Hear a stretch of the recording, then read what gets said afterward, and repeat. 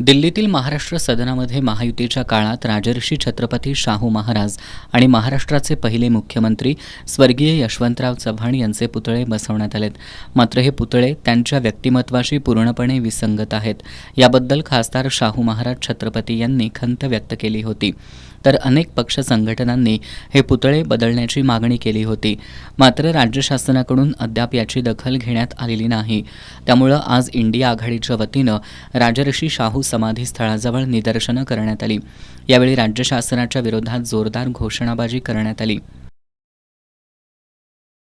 महाराष्ट्र सदनातील यशवंतराव चव्हाणांचा पुतळा बदललाच पाहिजे.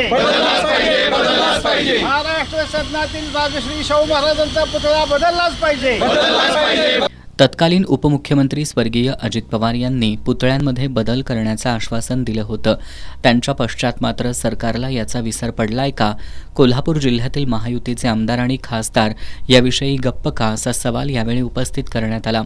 जर राज्य शासनानं हे पुतळे बदलले नाहीत तर कोल्हापूरकर वर्गणी काढून हे पुतळे बदलतील, असा इशारा यावेळी इंडिया आघाडीचे समन्वयक आणि शिवसेना उद्धव बाळासाहेब ठाकरे पक्षाचे सहसंपर्क प्रमुख विजय देवणे यांनी दिलाय. 2024 साली दिवंगत उपमुख्यमंत्री अजितदादा पवार यांनी 2024ला हे पुतळे बसवले जातील अशा पद्धतीचं त्यावेळेला त्यांनी जाहीर केलं होतं.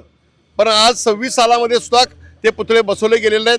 महाराष्ट्र सरकारने हे जर पुतळे बसवले नाहीत तर कोल्हापूरची जनता वर्गणी काढून ते पुतळे घेऊन महाराष्ट्र सदनामध्ये बसवतील, असं मी या ठिकाणी महाराष्ट्र सरकारला इशारा देतो. शिवसेना उद्धव बाळासाहेब ठाकरे पक्षाचे उपनेते संजय पवार, राष्ट्रवादी काँग्रेस शरदचंद्र पवार पक्षाचे जिल्हाध्यक्ष व्ही.बी. पाटील, शहराध्यक्ष आर.के. पोवार, कॉम्रेड दिलीप पवार, शिक्षक नेते भरत रसाळे, रवी जाधव, अनिल लवेकर, सुभाष देसाई, शुभम शिरहट्टी, अनिकेत भोसले, राजू यादव, शंकर काठाळे, विशाल देवकुळे, गोविंद वाघमारे, दिनेश साळुखे आदींनी या निदर्शनांमध्ये सहभाग घेतला.